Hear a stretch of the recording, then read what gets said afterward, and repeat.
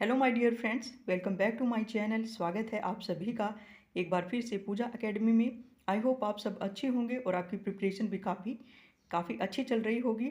So friends, आज की जो क्लास है उसने कहा था जो कहानी है उसके क्वेश्चन काफ़ी ज़्यादा थे, इसलिए मैंने इनको पार्ट में डिवाइड करके इनकी क्लास जो भी है मैंने अपलोड कर दी है।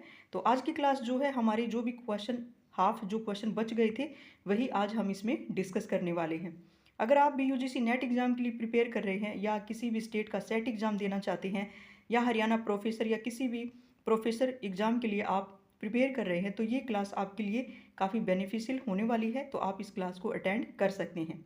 तो लाइन टू लाइन हम क्वेश्चन आंसर डिस्कस कर रहे थे। लाइन टू लाइन करना ही ज़रूरी है अगर आपको जीआरएफ क्लियर करना है या आगे आने वाले जो भी एग्ज़ाम है उनको क्लियर करना है या आपको प्रोफेसर बनना है, तो हमें डेप्थ में जाके ही पढ़ाई करनी होगी और कॉन्सेप्ट क्लियर होना चाहिए, तभी फ़ायदा है। सो आज की क्लास हम स्टार्ट करते हैं। 141 क्वेश्चन हम कर चुके थे। 142 क्वेश्चन है, जब लेफ्टिनेंट साहब होश में आया तो लहना सिंह क्या बोला। तो उत्तर में वो कहता है, क्योंकि उसने उसको अपनी सिगड़ी के पास लेटाया हुआ था, कहता है कि क्यों पलटन साहब, आज मैंने बहुत कुछ सीखा है आपसे। तो लाइन जो होती है, पंक्तियाँ जो हैं सीक्वेंस में लगानी आती हैं, तो मैंने इनको line to line as it is जैसे बुक के अंदर लिखा है वैसे ही लिख दिया है। तो बाई चांस सीक्वेंस में लगानी आ जाए पंक्तियाँ, क्योंकि इसमें काफ़ी ऐसी पैराग्राफ्स थे जिनके अंदर सीक्वेंस में लगाने वाली बातचीत काफ़ी चली थी इस कहानी में, तो मैंने इसको सीक्वेंस में ही लगा दिया है एज इट इज़ जैसे बुक में है। तो यह सीखा कि लेफ्टिनेंट साहब की सिख सिगरेट पीते हैं, क्योंकि ये बात हम पहले डिस्कस कर चुके हैं कि सिख सिगरेट नहीं पीते हैं। तो जगाधरी के ज़िले में नील गाय होती है और उनके सींग 2 फुट 4 इंच के होते हैं।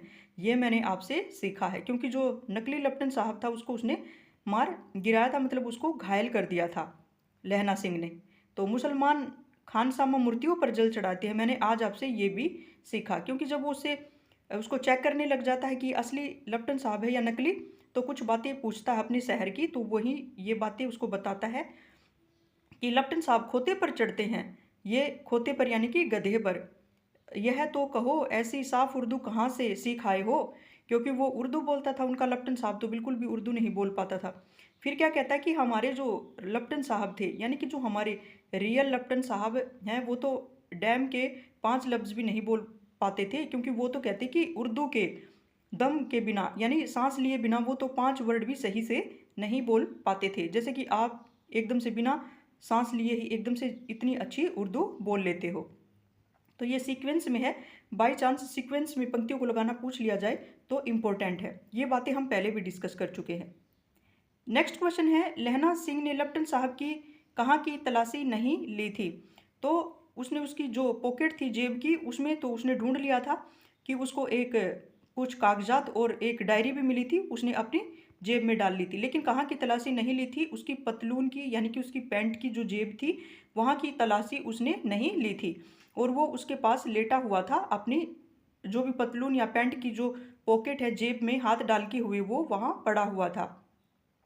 नेक्स्ट क्वेश्चन है, लहना सिंह माझे का इतना बरस लेफ्टिनेंट साहब के साथ रहा है, उसे चकमा देने के लिए क्या चाहिए। तो वह लेफ्टिनेंट साहब से कहता है कि मैं माझे का लहना सिंह 5 साल से रेजिमेंट में लेफ्टिनेंट साहब के साथ रहा हूँ, मुझे चकमा देने के लिए क्या चाहिए, 4 आंखें चाहिए। उत्तर में वो कहता है माझे का। तो ये आपको ध्यान रखना है कि जो लहना सिंह है वो माझे का था और जो होरा थी वो मगरे में रहती थी। तो 4 आंखें चाहिए। नेक्स्ट क्वेश्चन है, कितने महीने पहले एक तुर्की मौलवी लहना के गांव में आया था।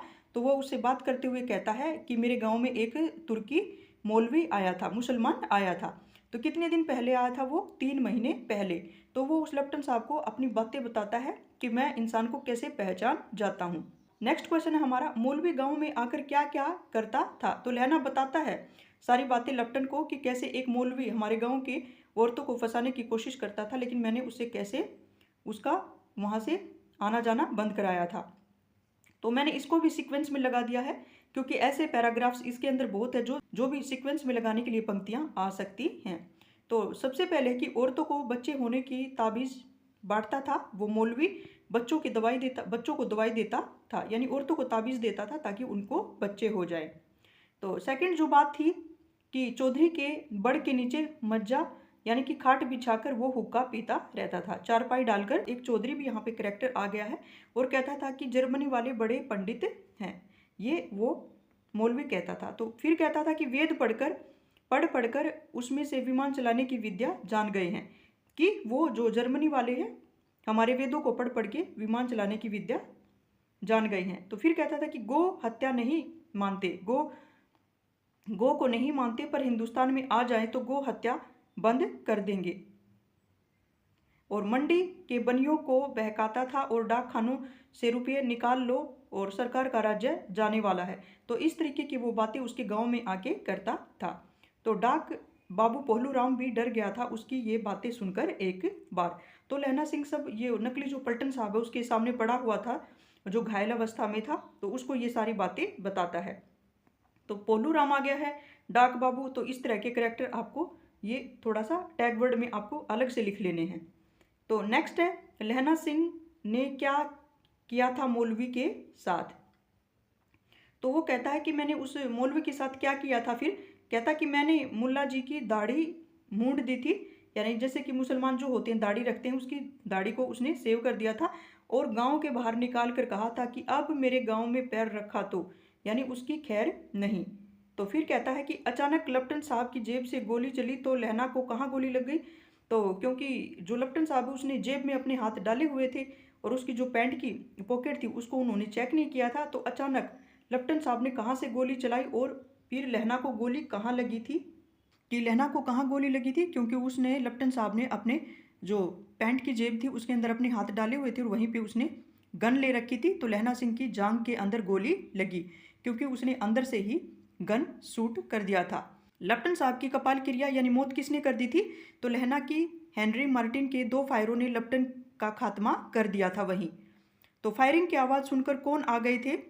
तो फायरिंग की आवाज़ सुनकर जो उसके खंदक में जो भी उसके दोस्त सो रहे थे सब दौड़ आए थे, और बोधा चिल्लाया क्या है, क्योंकि बोधा भी वहीं खंदक में सो रहा था।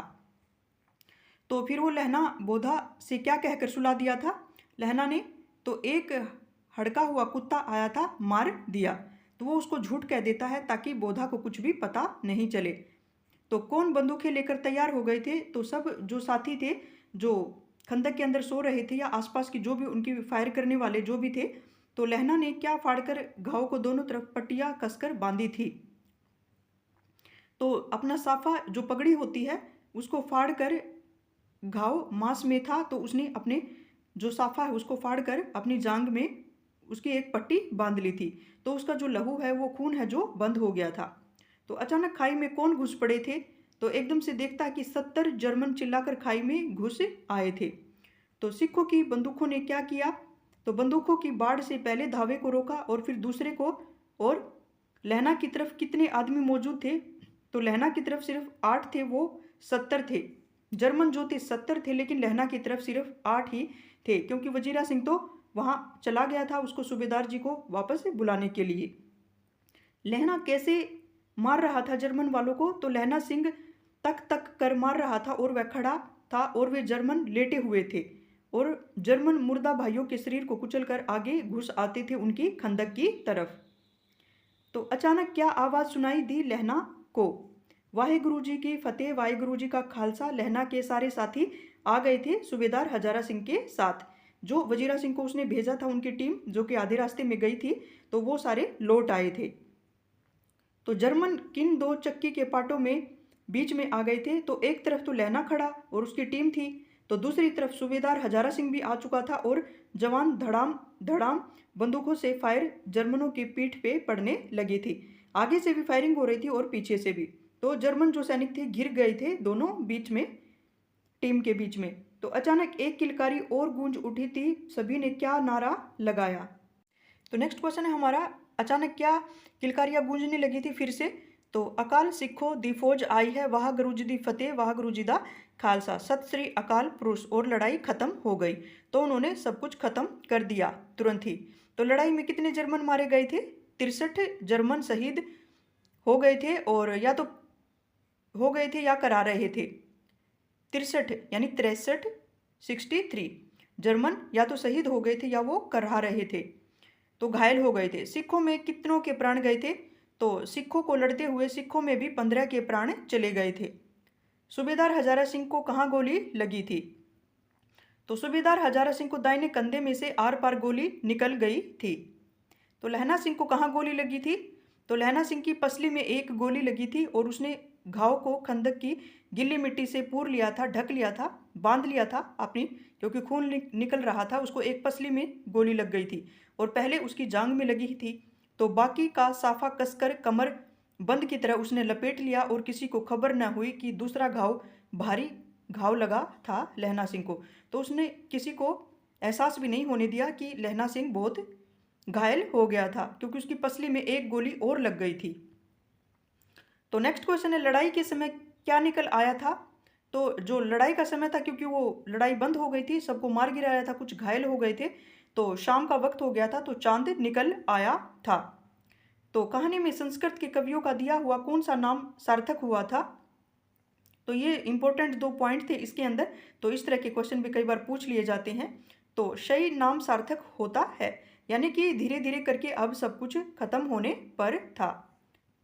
तो हवा कैसी चल रही थी और उसकी तुलना बाण भट्ट की भाषा में उसको क्या कहा गया था कहानी में?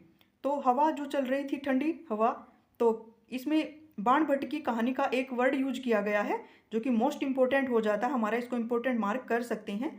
अगर एग्जामिनर की नज़र इस पे गई तो ये क्वेश्चन पक्का बनेगा। तो दंत विणोपदेशाचार्य कहलाती है। तो जो ठंडी हवा चल रही थी और जो चांदनी बिखरी हुई थी वहाँ पे, और सब मैदान में गिरे हुए थे, वो किसी को कहीं पे गोली लगी थी और किसी को कहीं पे।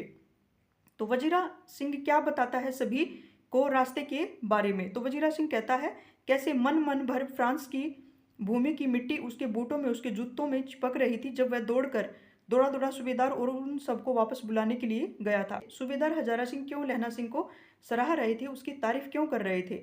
लहना सिंह की तुरंत बुद्धि को सराह रहे थे और कागजात पाकर उसने सबको मरने से बचा लिया था, वरना तो सब मारे जाते। तो सूबेदार लहना सिंह की तारीफ कर रहे थे कि तुरंत बुद्धि, यानी उसने एकदम से तुरंत एक्शन लिया और लेफ्टिनेंट साहब की सारी जो भी मंसूबे थे उन पे पानी फेर दिया था। अगर वो लेफ्टिनेंट साहब कामयाब हो जाता, उनकी खाई भी उड़ जाती, वो सारे मारे जाते, क्योंकि सूबेदार हजारा सिंह के आगे उसने प्लानिंग करवा रखी थी, वहाँ पे उनकी टीम उनको मार देती और लहना सिंह की जो खाई थी उसमें बम लगाए थे बेल के आकार के उन्होंने, तो वहाँ पर वो मारे जाते। इसलिए सूबेदार लहना की तारीफ करता है। नेक्स्ट क्वेश्चन है कि लड़ाई की आवाज़ कहाँ तक पहुँच गई थी? तो जो लड़ाई हुई थी, जो धमाके हुए थे, 3 मील दाहिनी और एक खाई थी, तो उन्होंने उनकी लड़ाई की आवाज़ें सुन ली थी और उन्होंने पीछे से टेलीफोन कर दिया था और वहाँ 2 डॉक्टर और 2 गाड़ी जो भी घायल हैं उनको लेने के लिए आ गई थी। तो उन्होंने जो भी घायल हो गई थी उनके लिए 2 गाड़ियाँ भेज दी थी, एक तो बीमारों के लिए, एक मुर्दों के लिए। तो वो 1.5 घंटे के अंदर पहुँच गई थी। तो नेक्स्ट क्वेश्चन है, उनकी खाई के नज़दीक कौन सा अस्पताल था? तो उनकी खाई के नज़दीक एक फील्ड अस्पताल पड़ता था। अस्पताल में किन किन को भेजा गया था? तो मामूली पट्टी बांधकर जो भी घायल हुए थे, एक गाड़ी में घायल लिटाए गए थे और दूसरी गाड़ी में लाशें रखी गई थी। सुबह होते होते हुए वहाँ पर पहुँच जाएंगे। तो नेक्स्ट क्वेश्चन है, लहना सिंह को क्या बोला सूबेदार हजारा सिंह ने, उसे क्या कहकर टाल दिया था?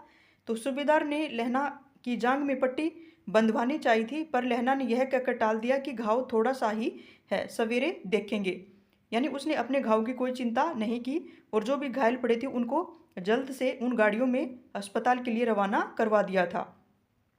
तो जबर किसको हो गया था?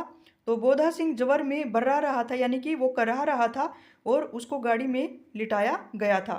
तो लहना सिंह किसको कसम देता है कि जब सूबेदार हजारा सिंह कहता है कि तुम्हारी भी चोट लगी है, तुम भी गाड़ी में बैठो, तो लहना सिंह मना कर देता है और सूबेदार हजारा सिंह को बोधा की कसम दे देता है उसके बेटे की कि बोधा को लेकर जाओ, और वह कहता है कि तुम लहना सिंह मेरे लिए पहुंचकर गाड़ी भेज देना, जब ये जो जर्मन है इनके मुर्दे पड़े हुए हैं, इनके लिए जब गाड़ी आई तो मेरे लिए गाड़ी भेज देना। मेरा हाल, नेक्स्ट क्वेश्चन है, मेरा हाल बुरा नहीं है, देखते नहीं मैं खड़ा हूँ, वजीरा सिंह मेरे पास है, कौन कहता है?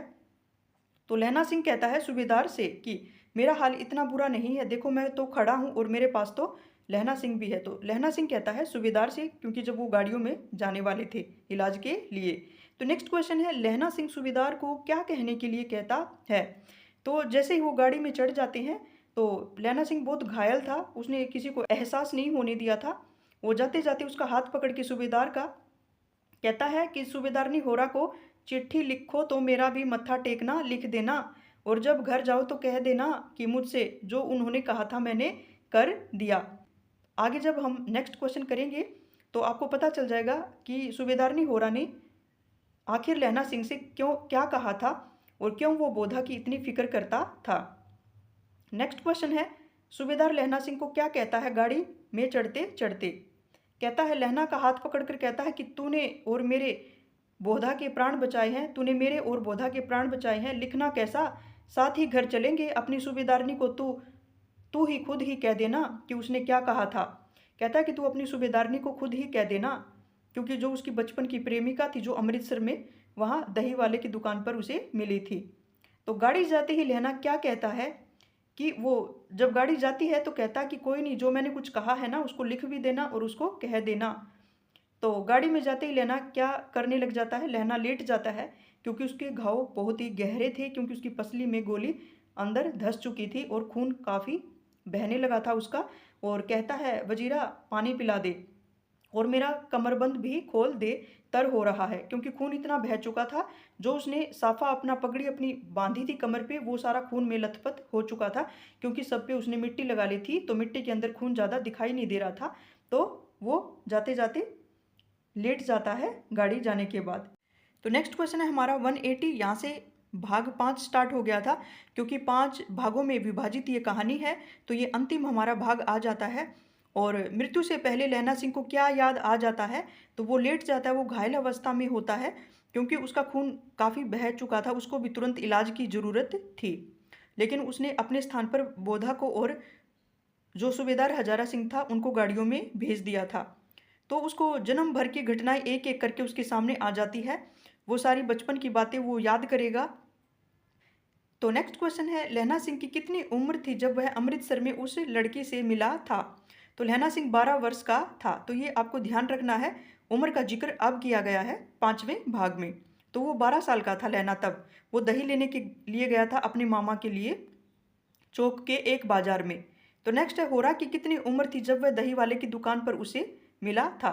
तो होरा की 8 वर्ष की उम्र थी, जो कि अब सूबेदारनी के नाम से फेमस हो चुकी है।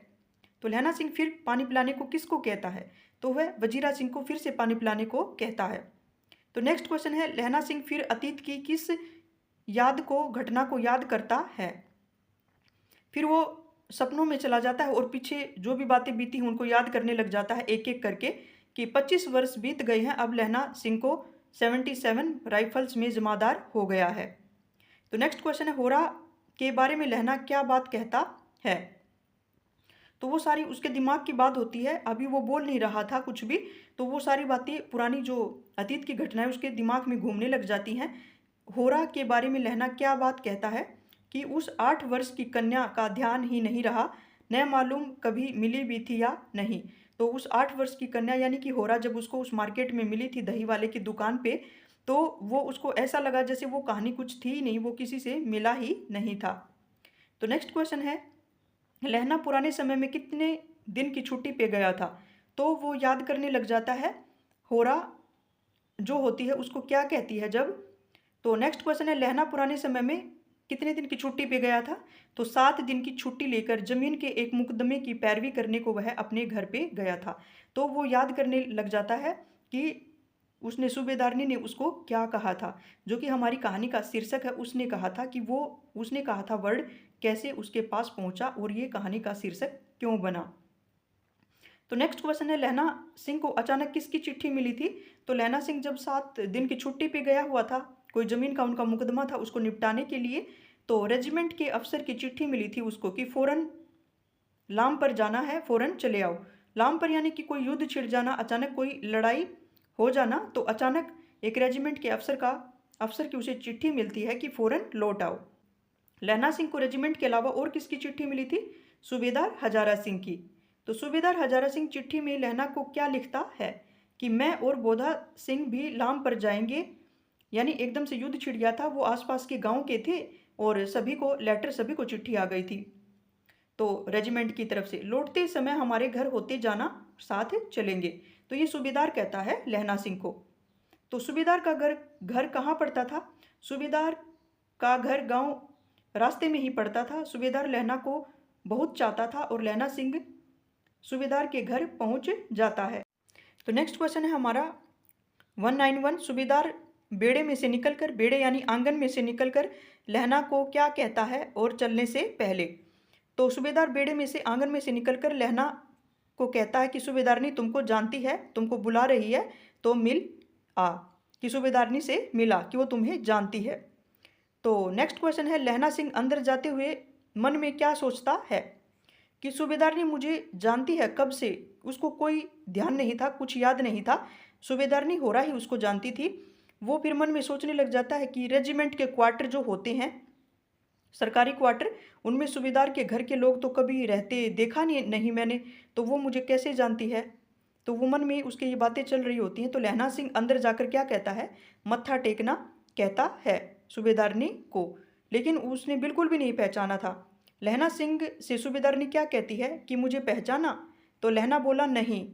तो सूबेदारनी लहना को कौन सी घटना याद करके बताती है, कौन सी घटना याद दिलाती है? कि तेरी कुड़माई हो गई धत, कल हो गई, देखते नहीं रेशमी बूटे वाला शालू अमृतसर में याद आया उसको। तो उसको एकदम से वो घटना पुरानी याद आ जाती है, वही बात याद दिलाती है। वो कहता था कि तेरी कुड़माई हो गई है, क्या तेरी सगाई हो गई है? फिर वो धत करके 3-4 बार निकल गई थी। एक दिन उसने ऐसे ही कह दिया कि देखते नहीं आज मैंने बूटों वाला, यानी कि कढ़ा हुआ ये शाल जो ओढ़ा हुआ है, ये रेशमी दुपट्टा, तो मेरी कुड़माई हो गई है। तो वो पुराने दिन अमृतसर के उसको याद आ जाते हैं। तो किसने लहना को आते ही पहचान लिया था? तो सूबेदारनी ने उसे आते ही पहचान लिया था, क्योंकि वो आसपास के गांव के थे। तो सूबेदारनी उसको जानती थी, लेकिन जो लहना सिंह है वो सब कुछ भूल चुका होता है। लेकिन जब तेरी कुड़माई वाली बात याद दिलाई तो वो उसको पहचान जाता है कि ये वही हो रहा है 8 साल की। तो सूबेदार ने क्या क्या लहना सिंह को बताती है इन सब बातों के बाद? उसको याद तो आ ही जाता है, क्योंकि उसको याद दिला देती है। तो मैंने ये लाइन टू लाइन लिख दिया है एज इट इज़, जैसे कि बुक के अंदर था, क्योंकि ये सीक्वेंस में लगाने के लिए भी पंक्तियां आ सकती हैं। तो इनमें से काफ़ी क्वेश्चन भी बन रहे थे, तो ये इनके जो भी इंपॉर्टेंट पॉइंट है वो भी आपको ध्यान रखने हैं।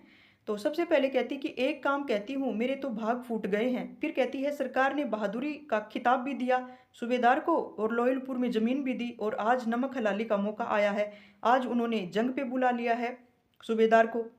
तो पर सरकार ने हमें तिमियों की गगरिया पलटन क्यों न बना दी, जो मैं भी सूबेदार जी के साथ चली जाती। यानी वो कहती है कि हमारी औरतों की भी एक पलटन बना देते तो मैं भी सूबेदार जी के साथ ही चली जाती। यानी ऐसी जंग छिड़ गई है कि अगर मौत भी हो यानी सबकी साथ ही हो जाए, कोई पीछे बचे नहीं। फिर कहती है कि एक बेटा है, फौज में भर्ती हुए उसे 1 वर्ष हुआ है। यह आपको ध्यान रखना है। बेटा यानी कि बोधा सिंह की बात हो रही है, जो कि फौज में सिर्फ 1 वर्ष पहले ही भर्ती हुआ था।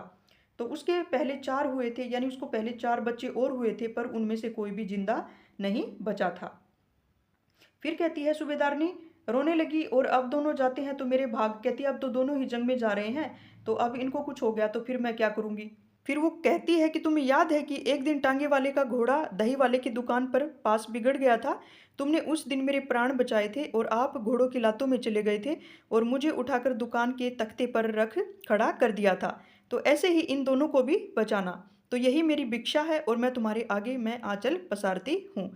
तो वो इस बात को याद करके कहती है कि जैसे मेरी जान बचाई थी तुमने बचपन में वहाँ चौक की दुकान के पास, तो वैसे ही घोड़े से जैसे मुझे बचाया इनको भी जंग में बचाना, यानी सूबेदार और बोधा सिंह को। तो वो भिक्षा मांगने लग जाती है।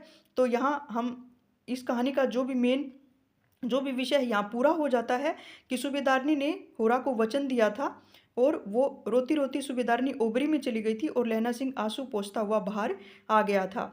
तो यहाँ पे हम देखते हैं कि इसीलिए जो लहना सिंह होता है बोधा सिंह का बहुत ख्याल भी रखता है। पीछे हम क्वेश्चन कर चुके हैं।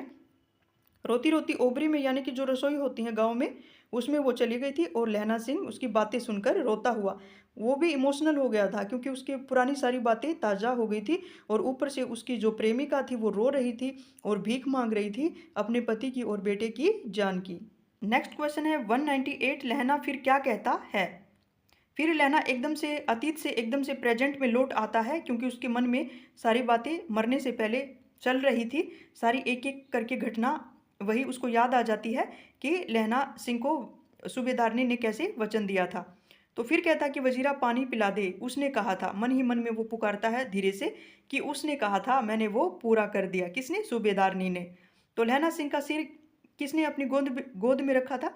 तो नेक्स्ट क्वेश्चन है, लहना सिंह का सिर किसने अपनी गोद में रखा हुआ था? तो वजीरा सिंह ने अपनी गोद में उसका सर रखा हुआ था, और जब वह मांगता था तब वजीरा सिंह उसको पानी पिला देता था। तो लहना सिंह कितनी देर तक चुप रहा? आधे घंटे तक वह पानी पी के चुप रहा। तो लहना सिंह बेहोशी की हालत में क्या पुकारता है? तो वो कहता है कि कौन? कीरत सिंह, क्योंकि उसने उसकी गोदी में सर रखा हुआ था, वो वजीरा था। लेकिन कहता है कि कौन? कीरत। उसको वो घटना याद आ जाती है कि मैं मरूंगा तो कीरत सिंह की गोदी में, और अपने उस आम की बूटे की छाया में मरूंगा, जो आम का पेड़ वो लगा के आया था अपने गांव में, कि मैं तो वहीं मरूंगा। तो वजीरा ने समझकर कहा हाँ, क्योंकि लास्ट टाइम चल रहा था, क्योंकि जो लहना है वो मरने पर था। तो वजीरा ने यही कह दिया कि हाँ, मैं कीरत ही हूँ। तो नेक्स्ट क्वेश्चन है, भैया मुझे और ऊंचा कर ले और अपने पट पर मेरा सिर रख ले। कौन कहता है? तो उसने सोचा कि हाँ, कीरत ही है, क्योंकि उसने वजीरा ने हाँ भर दी। तो कहता है कि मुझे और ऊंचा कर ले। जैसे एक इंसान ज़मीन पे लेटा होता है तो उसको कुछ भी दिखाई नहीं देता सामने कौन है, तो उसका सर थोड़ा सा उसने उसके यानी कि ऊपर रख लिया था पट पर। तो लहना सिंह वजीरा से वैसे ही किया, अब पानी पिला दो। तो कहता है कि लहना सिंह उसे कहता है वजीरा सिंह ने वैसे ही किया, उसकी एक एक बात सुनता गया और उसको कहता है कि अब मुझे पानी पिला दो। बार बार वो पानी मांग रहा था। तो लहना सिंह और क्या क्या याद करने लगता है? वो सारी बातें याद करने लग जाता है। वो सोचता है कि कीरत सिंह की गोदी में ही मेरा सर रखा हुआ है और मैं अभी मरने के लिए जा रहा हूँ, तो उसे मरने से पहले वही आम के पेड़ की बात याद करने लग जाता है। वो कहता है कि बस अब हाड़ के यानी अषाढ़ में यह आम खूब फलेगा, चाचा भतीजा दोनों बैठकर आम खाना। यानी चाचा भतीजा यानी जो उसका भाई है, यानी वो अपने बच्चे की बात करता है कि तुम और तुम्हारा जो भतीजा यानी कि जो लहना सिंह का बेटा होगा, तुम आम खाना, और जितना बड़ा तेरा भतीजा है उतना ही है आम है, क्योंकि ये आम का पेड़ जिस महीने उसका जन्म हुआ था उसी महीने में उसने लगाया था। यानी कि उसकी भी शादी हो चुकी थी, लहना का भी एक बेटा हुआ था, और उसी महीने उसने आम का पेड़ भी लगाया था। तो लहना सिंह की बातें सुनकर किसके आंसू बहने लगे थे? तो ये सब बातें सुनकर वजीरा सिंह के आंसू टपक टपक टपक रहे थे, और वो बहुत ही इमोशनल हो गया था, क्योंकि उसके घाव में से बहुत ज़्यादा खून निकल चुका था, और सिंह की वहीं पर भी मौत हो जाती है। कुछ दिनों के बाद लोगों ने अखबारों में क्या समाचार पढ़ा? तो कुछ दिनों के बाद लोगों ने समाचार पढ़ा कि जो फ्रांस और बेल्जियम 68वीं सूची में मैदान में घावों से मरा नंबर 77 सिख राइफल जमादार लहना सिंह की जो सूची वहाँ पे जारी हुई थी फ्रांस और बेल्जियम की लड़ाई में, जर्मन की लड़ाई में जो भी सूची होती है, जो भी मरे हुए थे वहाँ पर, जो भी सैनिक, उनकी जो सूची जारी हुई थी, मरे हुओं के नाम थे, तो उसमें घावों से मरने वाले में जो लहना सिंह का नंबर था जमादार का 77 सिख राइफल जमादार लहना सिंह की भी मौत हो चुकी थी। तो इसी के साथ ये हमारी कहानी होती है complete. So friends, line to line हमने क्वेश्चन आंसर डिस्कस कर लिए हैं। एक क्वेश्चन मैं आप सभी को देती हूँ कि जो भी इसमें जगहों के नाम आए हैं उसका क्वेश्चन और आपको लास्ट में ऐड कर लेना है, और जो भी पात्र इसमें और गौण पात्र आए हैं उनके भी नाम आपको लिख लेने हैं। मैं भी इसमें नीचे ऐड कर दूंगी। तो यहाँ पे हमारी जो उसने कहा था कहानी line to line question answer हमारी कंप्लीट हो जाते हैं।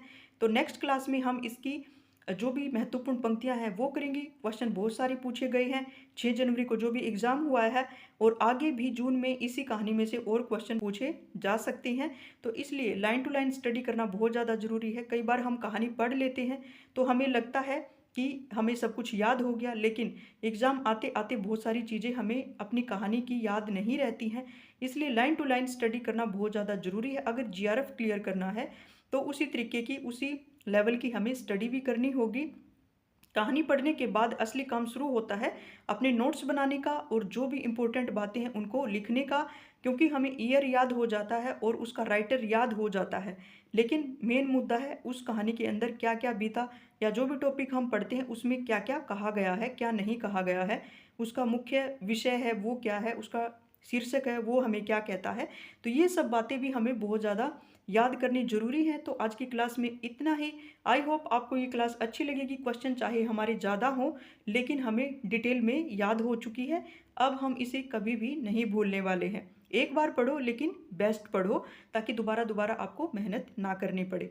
तो आज की क्लास में इतना ही। आगे आप यूं ही पढ़ते रहिए, आगे बढ़ते रहिए। जल्द ही हमारा यूजीसी नेट का जल्द ही हमारा नोटिफिकेशन भी आउट होने ही वाला है।